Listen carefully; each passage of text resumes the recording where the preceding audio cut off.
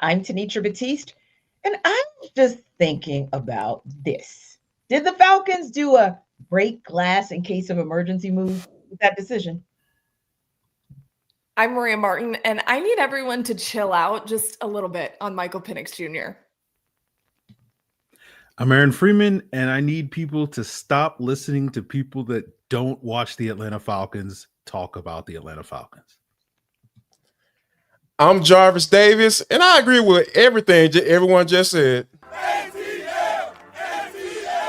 Rise up, A-Town. It's the Falcons Squad.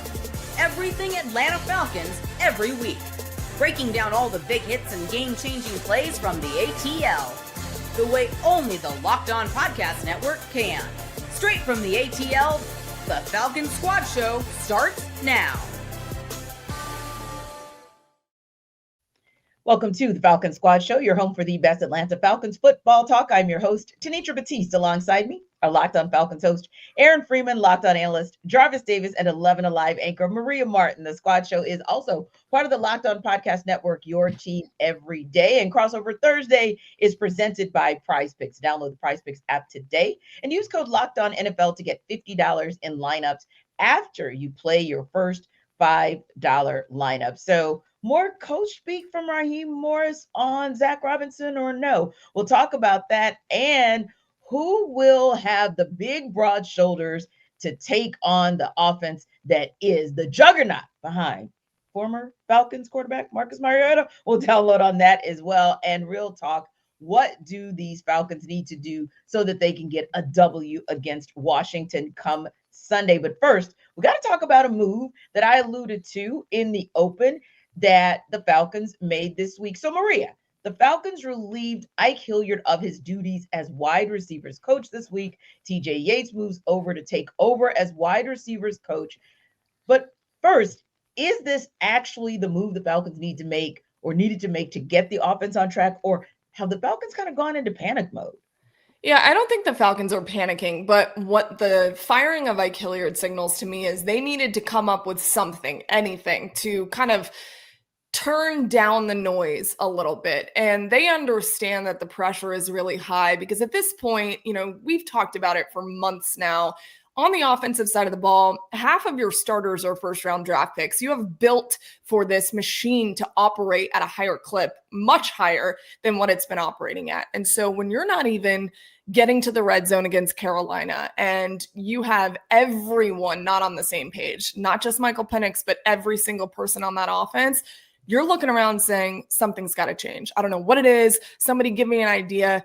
I don't really agree that Ike Hilliard falling on the sword was probably the best case scenario. You're talking about somebody who has had decades of experience at the position, playing in college, playing in the NFL, and then obviously coaching at the NFL for quite some time, but something had to change. And in their mind, I'm sure the firing of Zac Robinson, which obviously has not happened, but if I'm just saying a hypothetical, it's too early in the season to do something of that magnitude. We're 3 games in.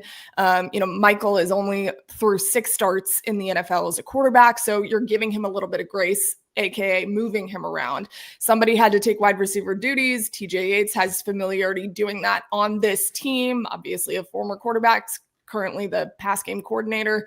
But no, I don't think they're in panic mode, but it certainly signals that, hey, if we don't fix this right now, we might get to panic mode really soon.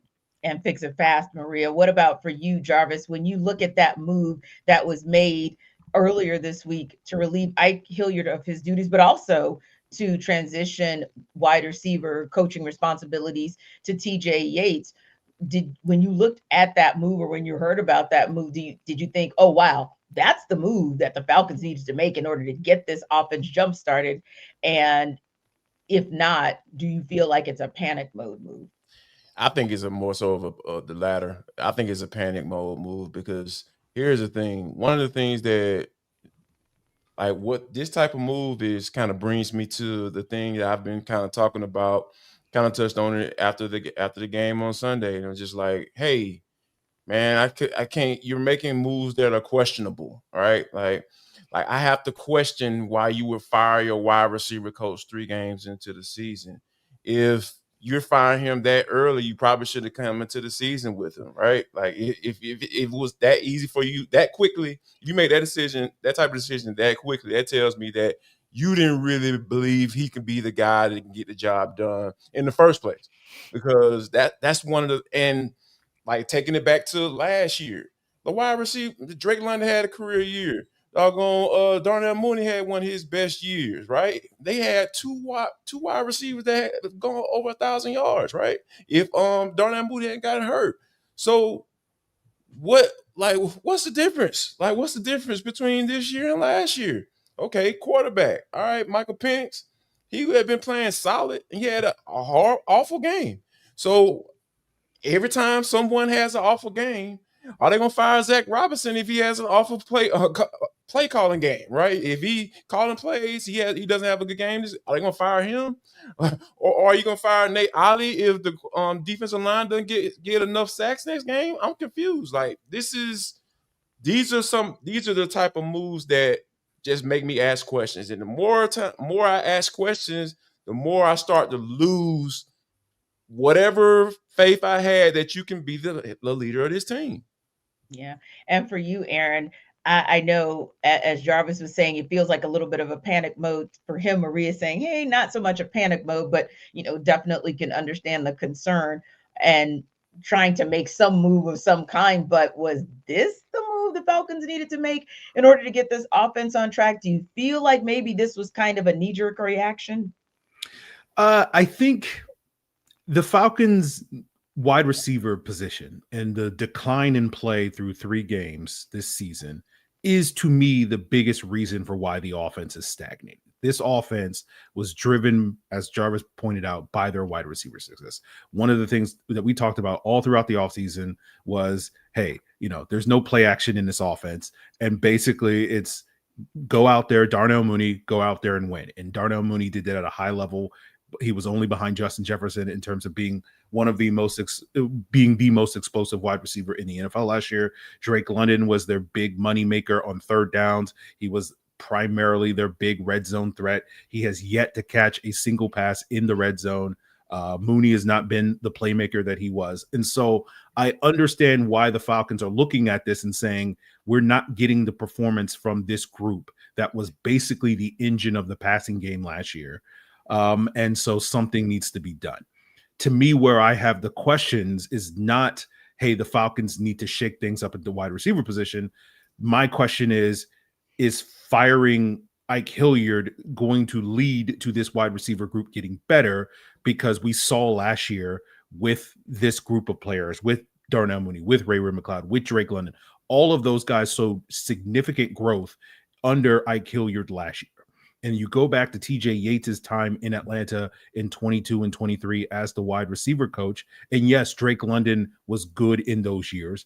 But outside of Drake London, the rest of the Falcons wide receivers were not very good. And you had a bunch of guys that were veteran players, that were productive players elsewhere, come to Atlanta: Mac Hollins, Brian Edwards, Scotty Miller, Van Jefferson, and none of those guys did anything in Atlanta, right? And so to me, it's an open question over whether TJ Yates is the guy that can get more out of these players than what Ike Hilliard is going to be. Now, again, you can talk about, well, that's Arthur Smith thing and, Zac Robinson, all that stuff.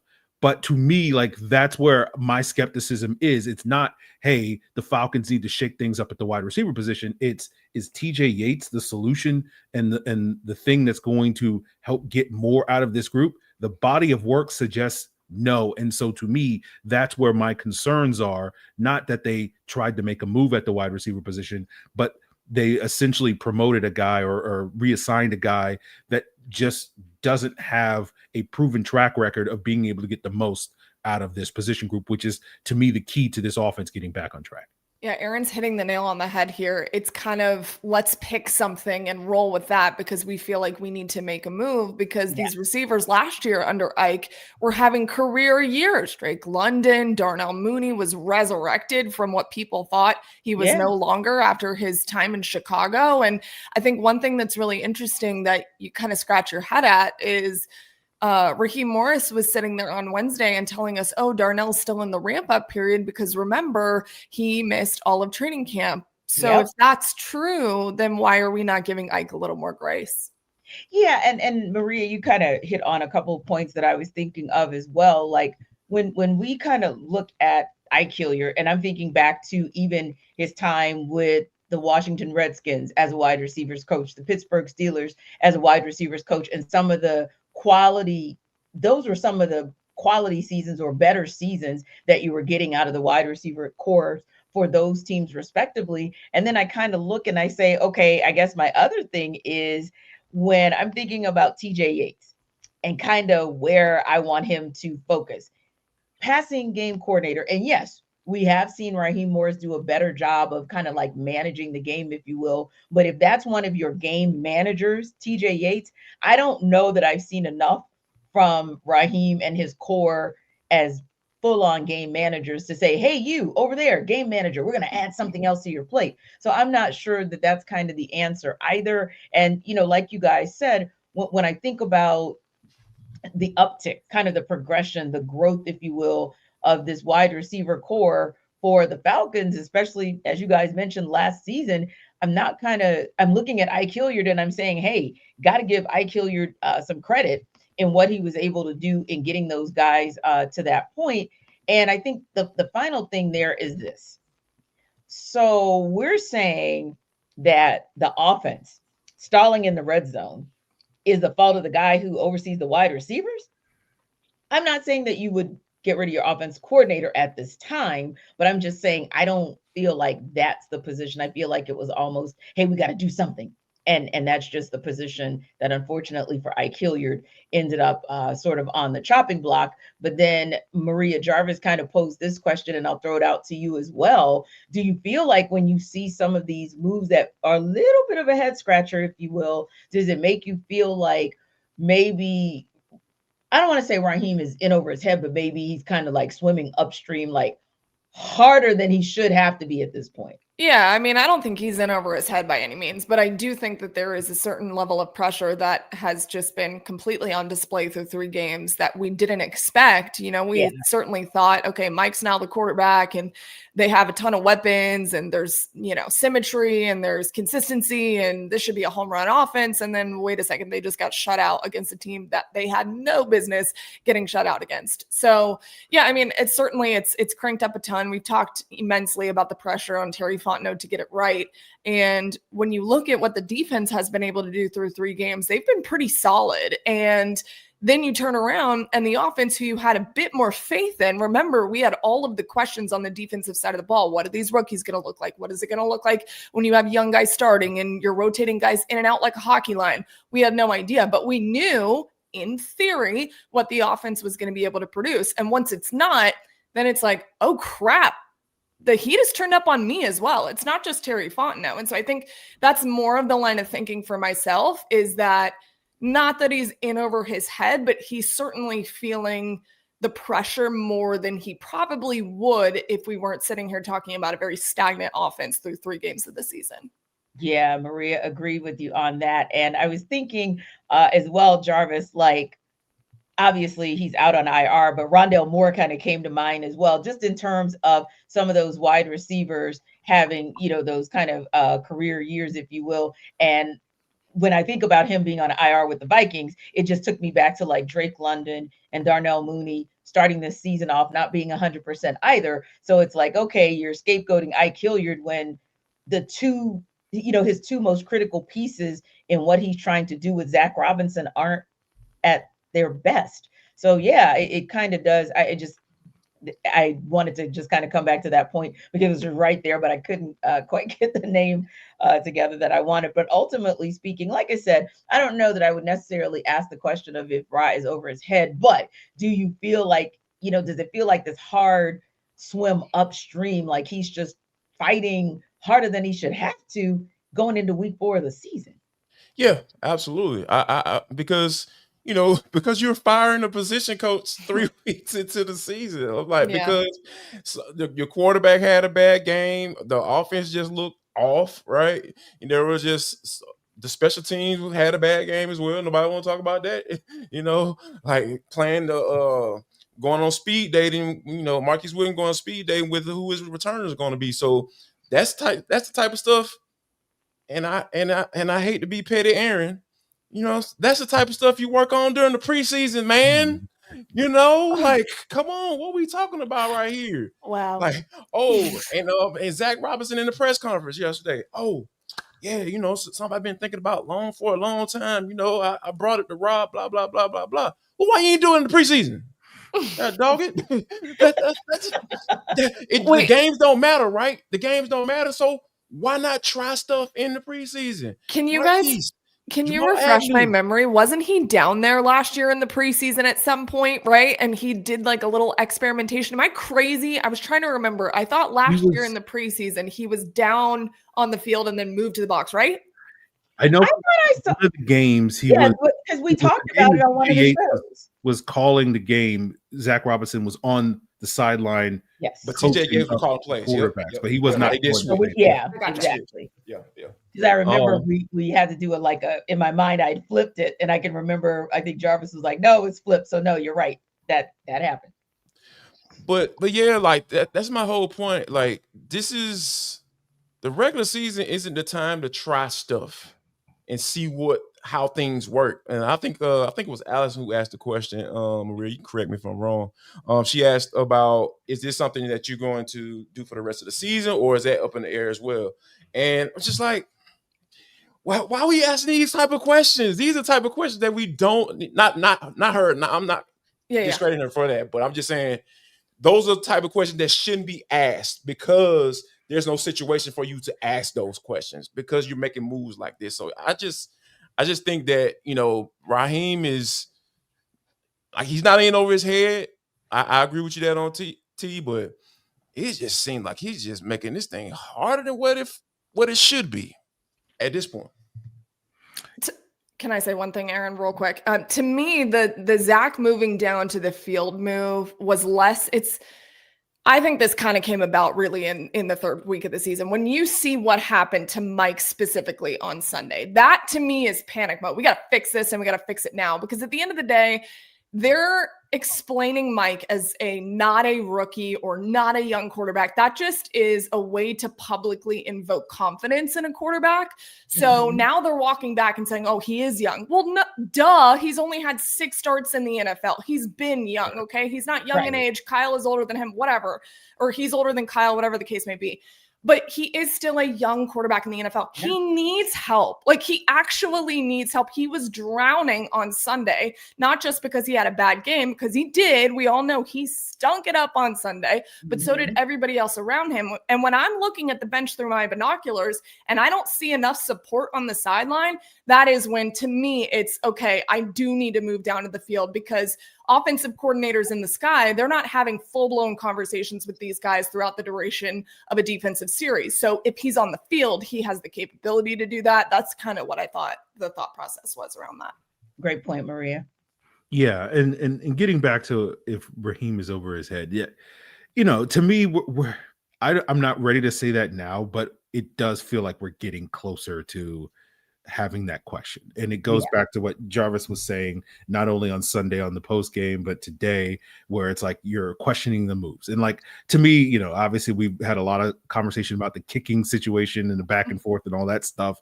And it's like, for me, some of that I feel like it's out of Raheem's control, because it's just like, hey, just make the kicks, right? But like, this one is definitely, firing a coach is 100% in Raheem's control. And as others have pointed out, like, as they said, like, the wide receiver position taking a downturn is a big part of why the offense is taking a downturn, but you have legit excuses.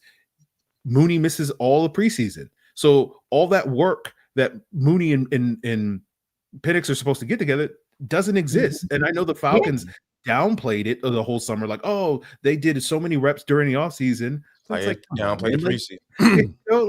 like yes, and him catching 50 passes from him in April, yes, is valuable, but what's also very valuable? Catching 100 passes from him in August is really valuable, right?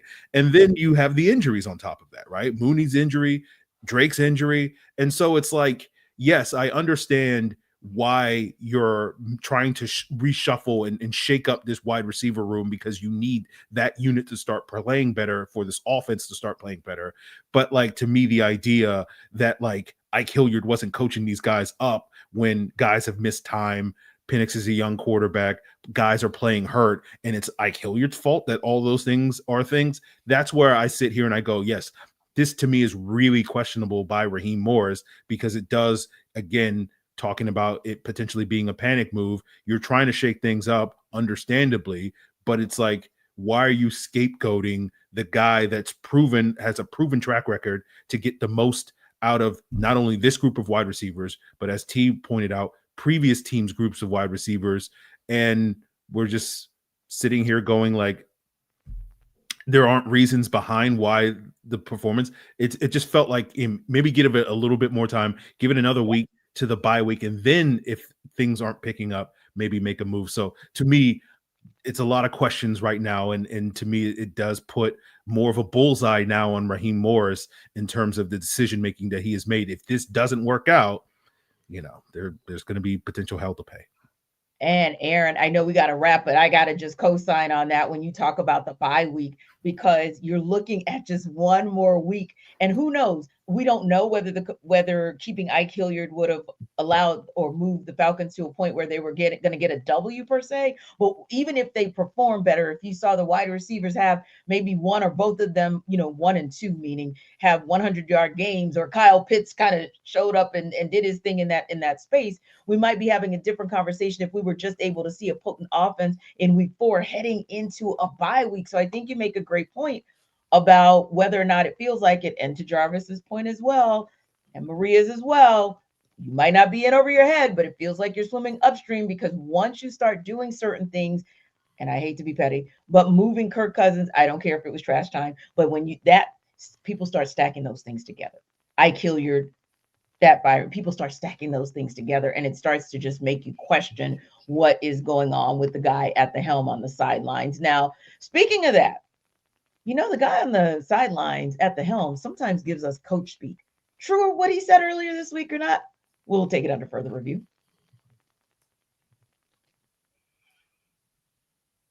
This episode of our Falcons Squad Show is brought to you by FanDuel. The NFL season is absolutely here, and we are here for it. And FanDuel's here for it because they're making sure you're ready for kickoff with a can't-miss offer. Right now, new customers can bet just $5, and if your bet wins, you'll get $300 in bonus bets to use across the app. Now, you're going to love using FanDuel because it fits however you like to bet.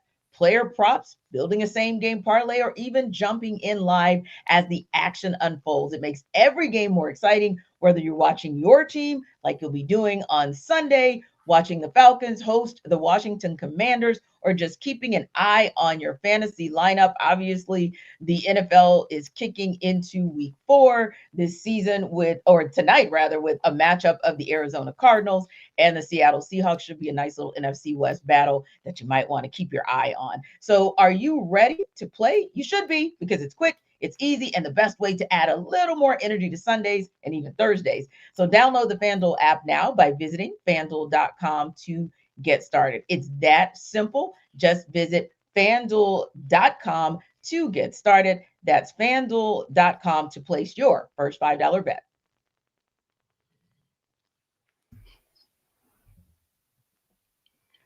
So Aaron, Raheem Morris has decided to move Zac Robinson to the field and call plays, saying that it is to improve communication, get him closer to the action. But think about this. If Fry didn't give us coach speak, and I'm putting that in air quotes for our listeners, what do you think would be the real reasoning behind that move? Well, I think this is one time where the coach speak is not too crazy, where I do feel like because of the procedural one time. Good at it, boy. Woo. One time, right? He's so good. The procedural issues that are going on. Maria kind of spoke to this earlier, where it's like you have had multiple instances now this season where you're getting the plays in late, you're calling timeouts to try to prevent a delay of game. You come out of the timeout and you still get a delay of game. It's like, what is going on with the communication? Obviously, a big part of that this past Sunday was the headset being out and all that sort of thing. But, you have these procedural issues that have been ongoing throughout the season, regardless of whether the electronic equipment is working. And so having Zac Robinson on the field should allow him to be able to communicate quicker. And so, and then there's a lot of people saying like one of the reasons why Michael Penix is not playing as well is because the plays are getting in late. He's not being able to look over the defense pre-snap, and then so when teams are disguising things post-snap, it's leading to some mistakes. Again, like seems pretty plausible based off of the things that are going on. And so it's one of those things where I do feel like Raheem saying, improve communication, getting him closer to the action are legit issues that this team needs to get out of Zac Robinson and have that communication. And as Maria said, have just more support. You don't like seeing on your television screen Michael Penix with his head down, sitting by himself on the sideline, after, some of those poor throws that he made in the second half last Sunday. And so, where's the QB? Where's DJ Williams? It's not to say that these guys aren't doing their job or anything like that. Plenty of shots on the sideline of DJ Williams talking Michael Penix through, but having more guys out there to give him that support that he needs, as Maria said, he is a young quarterback. I know the Falcons were sitting here like he's a veteran beyond all his years, and he's ready to come in, and he's 37 years old. He's already older than Matt Ryan. He's coming into the league, reformed, and it's like, all right, guys, like we get it. He's mature beyond his years, but he's still, as Maria said, a very young quarterback. And so sales pitch goes on with his team. To me, that's the coach speak where he was like, "Oh yeah, he's such a veteran." Like that, like okay, you smell that? It smells like BS to me. But like this time, I think this is legit. Aaron is on one with Zac Robinson. Aaron, I just I'm glad I have my water here because you're on one today. I'm gonna need to take sips of my fake tea, but. But yeah, you're absolutely right. That kind of even goes back to what we were saying in the earlier segment. Like when you look at a guy like Michael Penix Jr., I think maybe that 24-year-old mind, it was a little overinflated in terms of him being a veteran, because 24 will turn to 12 in a heartbeat in your first snap in the NFL versus your last snap in college football. So yeah, that one might have been one of those that was kind of over exaggerated. But that said, Aaron, Jarvis, when you look at what Raheem Morris decided to do, of course, moving Zac Robinson to the field, call plays, supposedly to improve communication, get him closer to the action. Do you think it's coach speak, or do you think there's maybe a different reasoning behind that move? I think it makes sense, right? Out of all the moves that Raheem Morris has made within the last week or so, I'm just like, oh, okay, this makes sense. Because here's the thing. I actually did a little digging because I felt like we've seen this movie before, right? So, go back to 2014 when Dirk Cutter decided to, go down to the field and call plays. And Matt, was like, and they asked Matt about it. And he was just saying, he was like, man, this is great. I love this. I'll be able to talk to him, be able to communicate with him. And this was kind of like, a little bit like midway through Matt Ryan's career. But so when you think about it from that aspect, you're like, okay, you got a 6-year veteran, 6 or 7 year veteran at the time saying that, yeah, I love this. I actually love this move. And I think Dirk Cutter said something interesting in his little, how Dirk is, his little honorary self.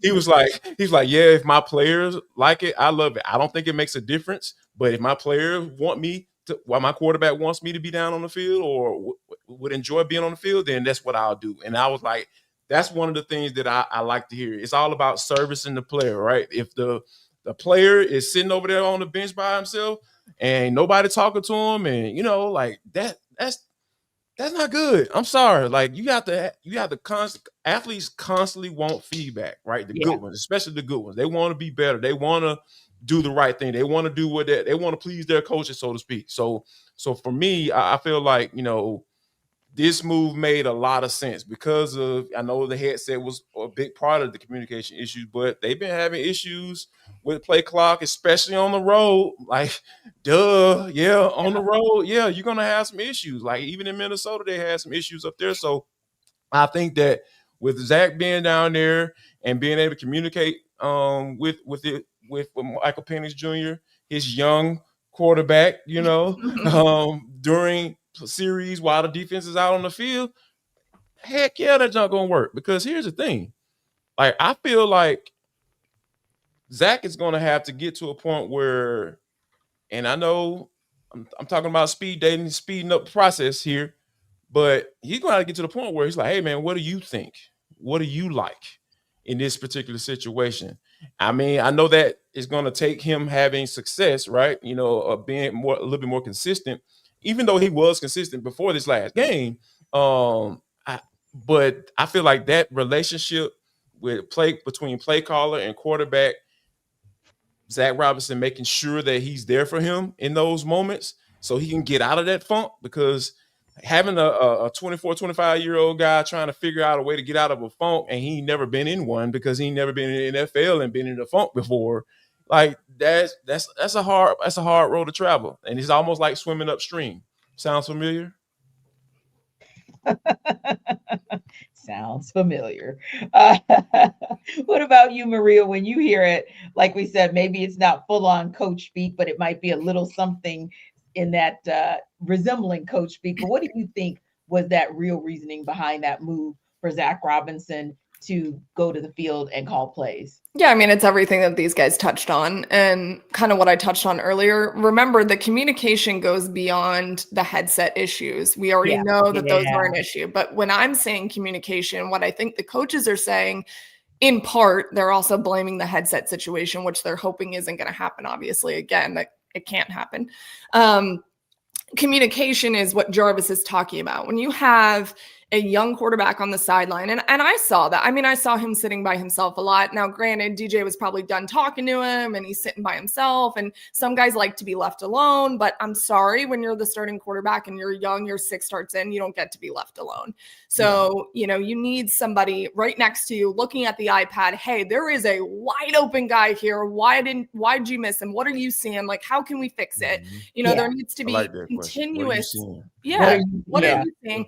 There needs to be continuous dialogue. And one thing about the quarterback position, a lot of people get it wrong when they're evaluating it. A lot of people. It is the hardest position to play in the world, especially at the NFL level. And so for people that thought Mike was going to plug and play and be Tom Brady, I'm sorry, but that's just not possible. And he's going to have more games where he struggles. You hope that it's not as bad as it was in Carolina. And the unfortunate part to what happened on Sunday is that no one around him was even helping him at all. So when your quarterback is struggling, because it does happen, it's the hardest position to play in sports, you got to have other people around you helping you not look as bad as he was on Sunday. And that didn't happen. So it just all imploded at the same time. And so there was this mountain of nothing's going right. I can't see what I'm supposed to see. My feet are out of whack. My eyes are out of alignment. Like, all of this stuff is happening on Mike, and he's sitting there by himself on the bench. I think Zac alleviates a little bit of that being on the field. Zac has a handful of issues that he's got to deal with right now. He has shown very severe tendencies. When you're a play caller and you've got anything in the 90th percentile at any level in football, bad sign. You don't want anything in the 90th percentile. And he's showing that in a couple of different things with his play calling. And remember, this is not an excuse by any measure, but this is Zac's second year calling plays ever in his life. Okay. And it's at the NFL level. That is insane to me. And so I think all of these things snowballing at the same time, if the move to the field solves all of the issues you're facing right now, great. You guys are the smartest people I've ever met. I think that there are a lot of issues, and I think just moving Zac to the field probably isn't going to fix it, but I think that it's a start, especially for Mike, because he needs help. He just does. I think what another little small point that is going to work out in the Falcons' favor, they're at home. Right, like the crowd's going to be quiet, so there's going to be no excuses for you getting the plays in on time and all that stuff, and getting to the line of scrimmage and trying to get your pre-snap reads, kind of see what coverage they're in, so you can figure out where you're going almost before the ball is snapped. So I think that's going to work out in the Falcons' favor because it's a home game, and I think that Zac Robinson better take advantage of that. Yeah. And maybe, and that it's funny you mentioned that, Jarvis, because in my mind, I was thinking the same thing. I'm seeing him on the sidelines, kind of getting that energy and that support from the crowd. And maybe that being a huge way for the young QB to kind of reset. But also, let's say there's that opening drive and the Falcons actually go down and score, that could be a boost for Zac Robinson as well, because oftentimes we talk about the confidence level of the players and kind of what they need to help them to reset. Maybe being back home to take on such a tough opponent like the Washington Commanders can not only do it for the players, but can help this coaching staff to reset itself as well. Now, a group that doesn't necessarily have to reset a whole lot is the defensive side of the ball, but there's going to be somebody who the onus is going to be on to make sure that one guy does not do what one guy did last week. We'll talk about that when we take that under further review.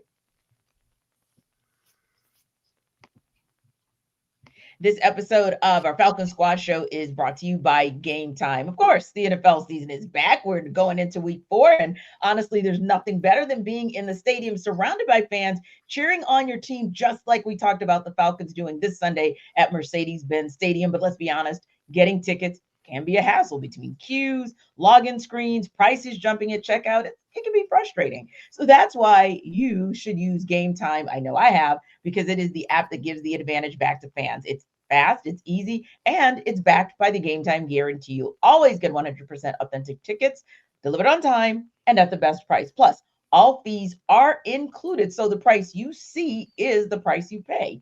Now, I pulled up to Game Time, and in just a couple of taps, I saw amazing deals on an upcoming game that I'm looking at going to when I am back in my hometown of New Orleans. Not the Saints game, Falcons fans. Pipe down. But I am talking about some other NFL games and some other even college football games, low-key, that start at as low as $100. So the app, it makes it super simple. You can see the exact view from your seat before buying and pick the section, pick the seats, and Game Time will pick the seats rather, and you'll save big with zone deals. So download the Game Time app, create an account, and use code LOCKEDONNFL for $20 off your first purchase. No terms do apply, but again, that's promo code LOCKEDONNFL for $20 off. Swipe, tap, ticket. Go download Game Time today.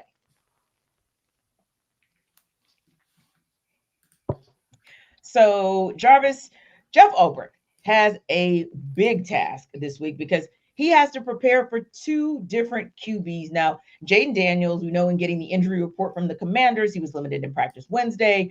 We saw what Marcus Mariota did, came off a solid little performance for these Washington Commanders in the game against the Raiders this past Sunday. Of course, they smoked the Raiders overall 41-24, but in that game where Mariota came in in relief of Daniels, 15 of 21, 207 yards and a touchdown passing. And you know him, he is one of those mobile QBs, 6 carries, 40 yards, and a touchdown with a long of 22 yards. You know where I'm going with this, right? This is the biggest challenge that we see when it comes, maybe the biggest challenge that we see when it comes to this Falcons defense is trying to contain that mobile QB, or even a guy when you look at, not saying Bryce Young is truly who we consider like a dual threat quarterback, and we saw what he did.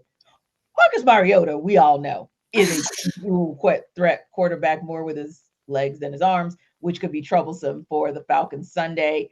Who will the onus be on to make sure, whether it's Daniels, a true dual threat because he is a passer and also a runner, or a QB that runs and sometimes passes? Who will the onus to be on to make sure neither of these guys goes off in the bin Sunday?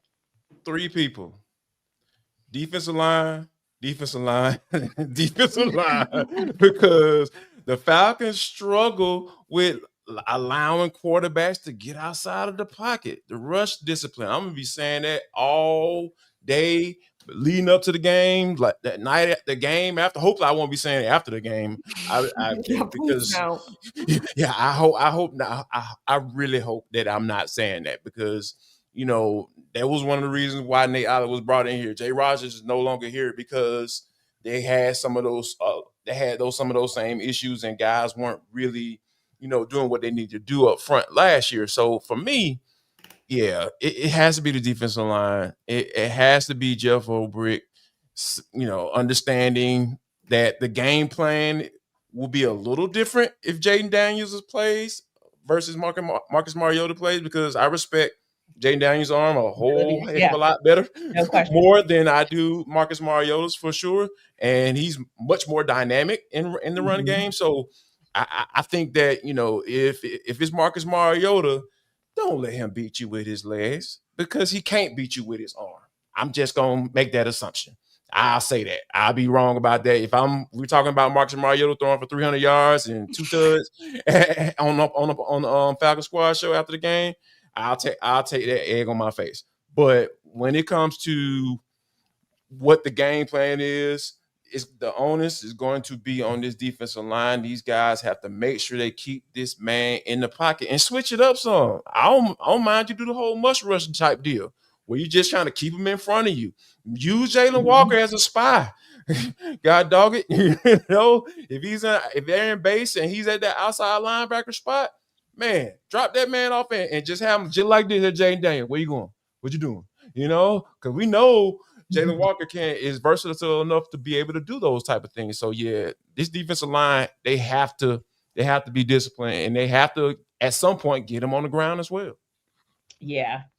And I mean, and you know, Maria, when you think about it, it's like it's a daunting task. Obviously, we're not even talking about this season. It's probably a trigger for seasons past, if you will. And it's kind of like the guy, once again, one of the guys that was meh, and I'm being nice about that, while here with the Falcons could actually come back to torch you with the very thing that made him middling here, meaning, yeah, you can run, but you can't pass worth the lick. Might not even need to be that guy come Sunday. So how do you stop a Marcus Mariota from being able to use his legs to propel this Commanders offense that we know is very high powered?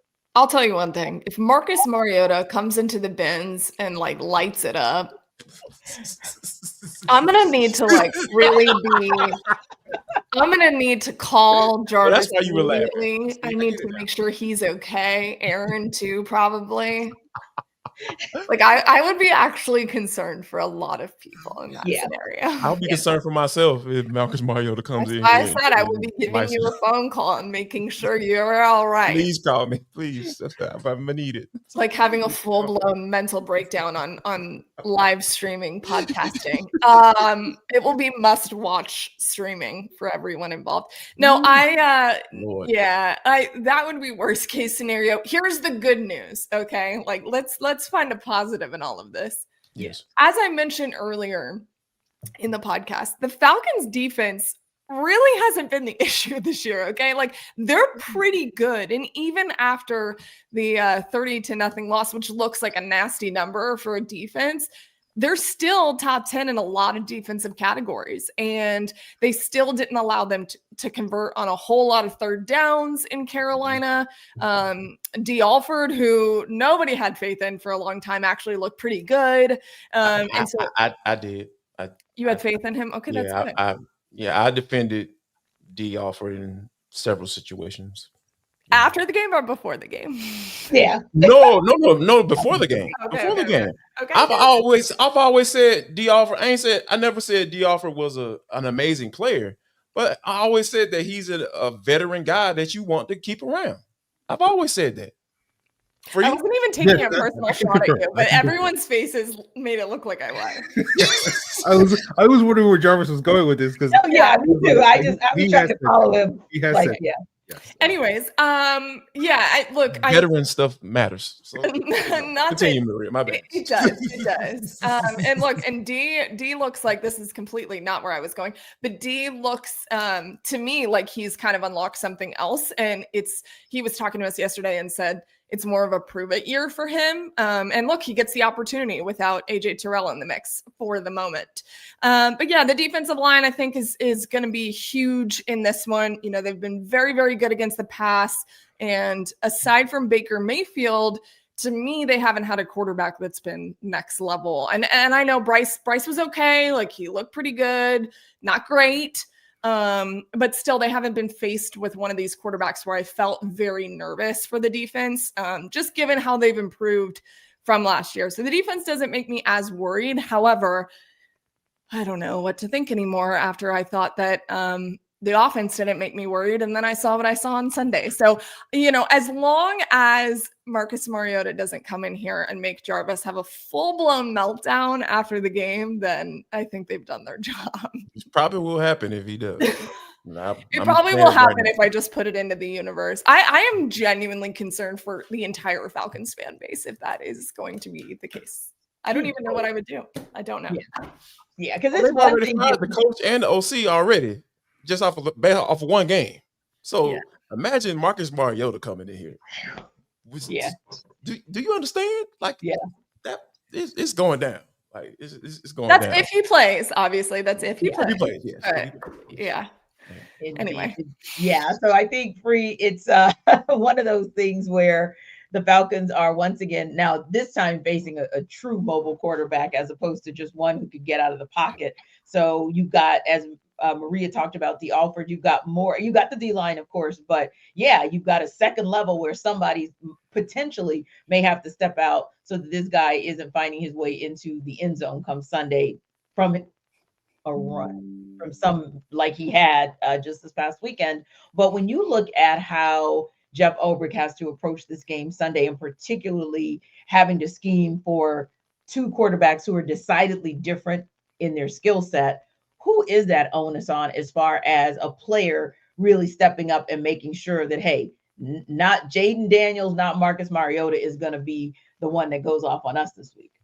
Well, I think if I was to single out one player, it would probably be Divine Diablo, because this is why he was your top free agent signing, because he's this big, long, athletic, can rush the quarterback, can stop the run, can coverage. But, when you need to chase down a quarterback in the open field, he's the guy that brings the most juice at that linebacker position, a role that you often see as a QB spy to deal with these mobile quarterbacks. But I think, like Maria and Jarvis has said, it's going to take a team effort. Jarvis has harped on this a number of times where guys aren't disciplined in their rush lanes, and that's led to the Baker Mayfield being able to get outside the pocket on the third down and convert 3 of those third downs in that week one. And we saw JJ McCarthy do that a couple of times. We saw Bryce Young get outside the pocket. That's not because, as T, you pointed out early in the season, it's not because these guys are like dynamic athletes or anything like that, but they just have a propensity that if, it's 3rd and 4 and you need your quarterback to go get 5 yards, those guys can get you 5 yards. Well, if it's 3rd and 4 against either Jaden Daniels or Marcus Mariota, not only can they get 5 yards, they have the potential to get 50 yards if guys aren't, disciplined, if guys don't tackle in the open field. And so this is going to be a completely different beast for this defense. And so I do think it's going to take everybody on this defense being disciplined. I don't think it's going to solely boil down to, hey, Divine Diablo, you're the one guy responsible for stopping Marcus Mariota or Jaden Daniels from running, but he may be that primary guy. It's going to take Caden Ellis as well. You're probably going to see Jalen Walker doing that as well. You'll probably see the Falcons try to mix up their rushes and try to run some of these simulated pressures where you don't know who's coming because you have 6 guys on the line of scrimmage, and whether it's Jalen Walker, whether it's James Pierce, Arnold Ebiketie, or some of these other guys dropping in the coverage to act as that spy to try to give the offense different looks and whatnot. So it's going to take the entire unit, but I think Divine Diablo, this is kind of why he was the big addition at the start of the offseason. And he can have a dramatic impact, and he can basically go out there and justify the contract that the Falcons gave him, and he's been playing well this season. So it's not as if like it boils down to this, but it certainly would help, with optics right now, with given all the issues, as Maria pointed out, going on in the offense. It's like, hey, well, this defense is cooking. So, hey, all that stuff is working in their favor. So he's probably the one guy, but I do think it's going to take the entire team to slow down these quarterbacks. But Aaron, I like that call out of the Divine Diablo because, yes, while he's been having a solid season for the Falcons, I do think when you look at the numbers, there's been a downtick, right? Because he started off with the 6 tackles and a half a sack, if you will. Then it went down to 4 tackles and no sacks and no stuffs. And then it came down to 3 tackles and no sacks and no stuffs. So, yeah, you'd like to see him kind of get back to that uptick of what we saw maybe for him in the first game and maybe for a Leonard Floyd in the second game. And I think if everybody kind of gets back to playing their best ball of the season, then like you said, the onus doesn't fall on just one player. The collective will get it done. But what other things do the Falcons have to do in order to get a win against the Commanders Sunday? We'll tell you about it in the look ahead. This episode of our Falcons Squad Show is brought to you by Wayfair. When you think game day, you might not think Wayfair, but you should, because Wayfair is the best kept secret for incredible and affordable game day finds. Wayfair has everything you need to get your space ready for the season, whether you're tailgating outdoors or cheering from your living room. So think about this. What would you pick up from Wayfair, or what would you like to get to help elevate your game day space? Is it a grill? Is it a cooler? Is it a recliner? I mean, you can do all of these things at Wayfair and completely level up your game day setup. And what you are going to like about their selection is that they have unique finds and options for every budget. So you can show off your team's spirit without overspending. Delivery was free. It's fast, it's hassle-free, and it's a lifesaver when you need something in time for kickoff. From outdoor essentials like folding chairs and patio heaters to indoor must-haves like TV stands and serveware. So Wayfair is your trusted destination for all things game day. From coolers and grills to recliners and slow cookers, shop, save, and score today at wayfair.com. That's Wayfair.com. Wayfair, every style, every home.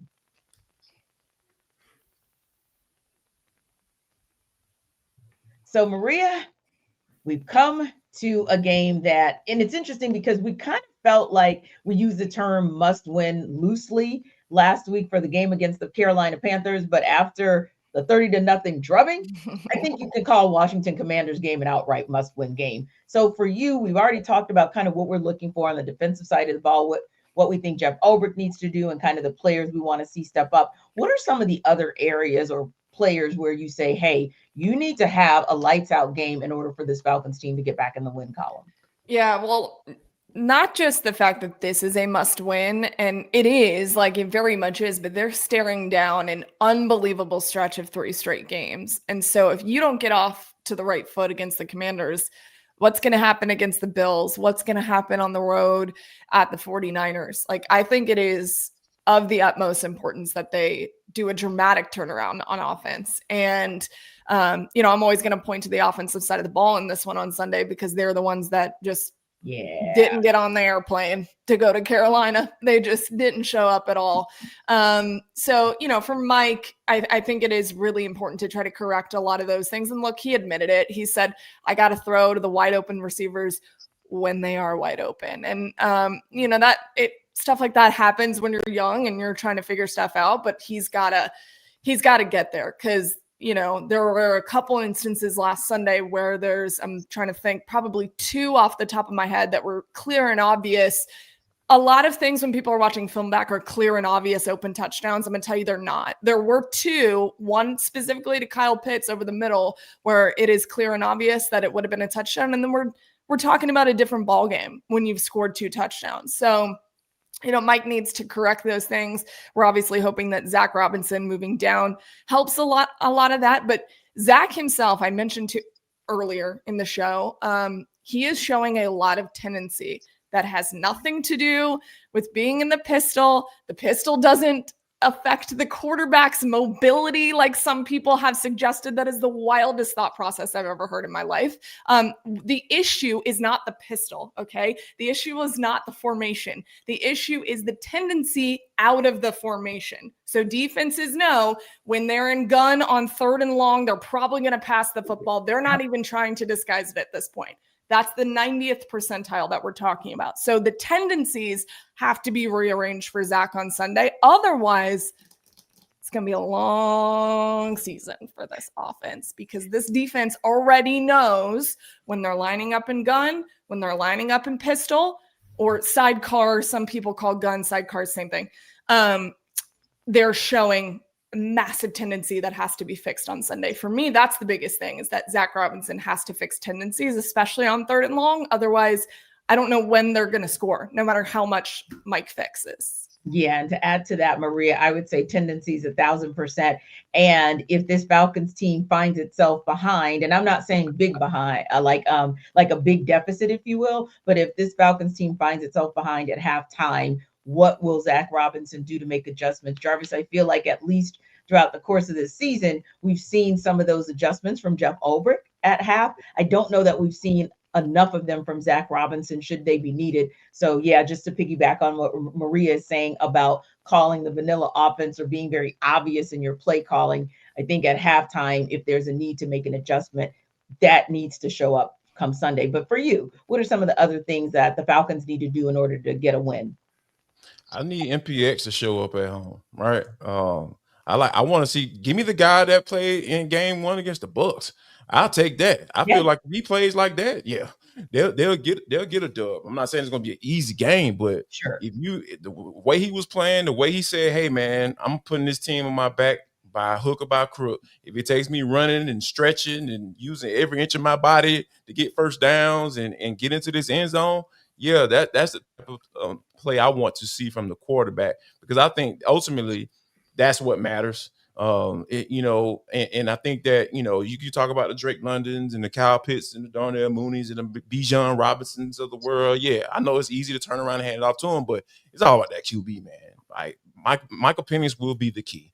If he can be the guy that he was in Game 1, and to be honest with you, it's not that far. I don't think it's that far off because people have bad games, but I think that, with what went down, the way it went down, the way they lost, the offense not putting up any points, the kicker missing the opportunity to put any points on the board. Like because if it's a 10-6 game going to halftime, who knows how it would have played out, because that's just how the ball rolls in this game. And I think that, Michael Penix is going to determine on the field whether or not this team is able to get this dub. So I feel like, obviously, running the football, all that stuff, yes, they got to do that. That's number one. That's the foundation of this offense. But I think ultimately, if the Falcons win this game, we'll be talking about on this post-game show, like, man, Michael Penix really had a bounce-back game. Yeah, absolutely. And what about for you, Free? When you look at this game, where do you see the difference coming in to give this Falcons team a W? Yeah, Jarvis is right. Ultimately it's probably going to boil down the quarterback play, but because we don't quite know what the quarterback play is going to be, just get back to old reliable Mr. Walk on Water. Give me some more of that blue magic, because you go back to that Week 17 game, in the first half of that game when the Falcons, I think, took like a 17-6 lead. If you really go back and watch that game, the reason why the Falcons were scoring was not because Michael Penix was balling out. It was because they were able to run the football very effectively. Bijan was looking really good. I remember going into that game being like, hey, man, you got Bijan Robinson potentially as a pass catcher going up against Bobby Wagner. Again, Bobby Wagner, probably a Hall of Famer. But Bobby Wagner, we joke about Michael Penix being 47 years old. Bobby Wagner is 147. And so, Bobby Wagner is legitimately an old man, right? And he can be exposed in coverage. We saw that 2 weeks ago in the Green Bay game against Tucker Kraft.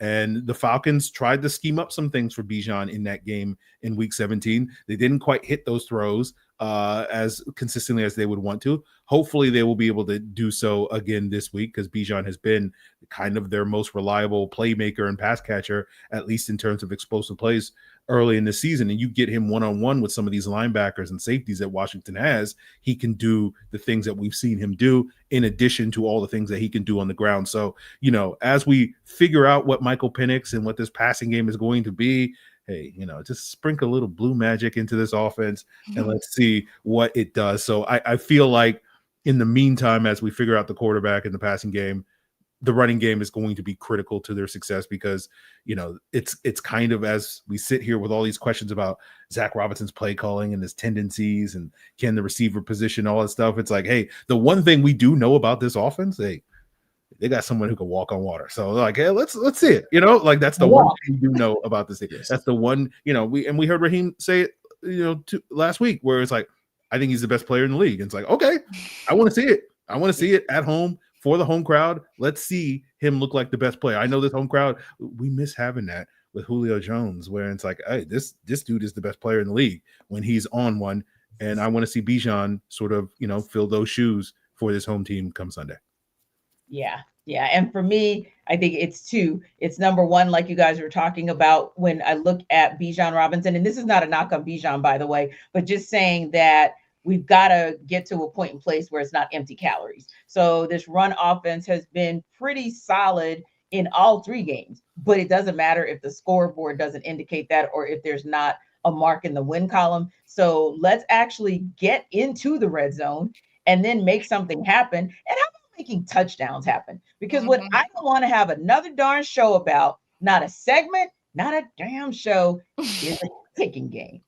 I don't care if your name is John Parker Romo, Tony Romo, Rice, Roney. I don't. Romeo and Juliet, whatever. Trot Tony Romo out there. Why not? Yeah, exactly. Maria, like that's gonna forever be the thing. Every time it's John Parker Romo, little Tony Romo. Like, we're gonna talk about you too, Tony Romo. I just don't want to have a conversation about a kicker or about the kicking game or about special teams. Jamal Agnew, you've been upgraded a little bit in terms of your being limited in practice Wednesday. Maybe you'll come back and maybe you'll actually do something definitive. And maybe that means Marquise Williams can just lead the same guy, as Jarvis pointed out earlier in the week, on being the primary for punt returns or kick returns. So for me, since we've already kind of called out offense and defense, I want to see some special teams good on good play so that we're not having a conversation even about a kicker and a situation gone wrong. Muffed punts, you name it. Let's not. Yeah. Jarvis, look, do what Jarvis told you. There is not a field goal unless it's like a really tricky situation. There's not a field goal in scoring 28 points. It's punching it into the end zone every single time. When you're playing a high-powered offense like the Washington Commanders, that's what you're going to have to do to get back into the win column. Thanks to our everydayers for making the Falcons Squad Show your first listen of the day. Be sure to stop by Locked on Falcons with your host Aaron Freeman as your second listen. Check out Maria Martin, host of Sports Extra on Sundays on 11 Alive. And you can catch Jarvis as a frequent contributor for Locked on Falcons and Sports Extra too. See you next time.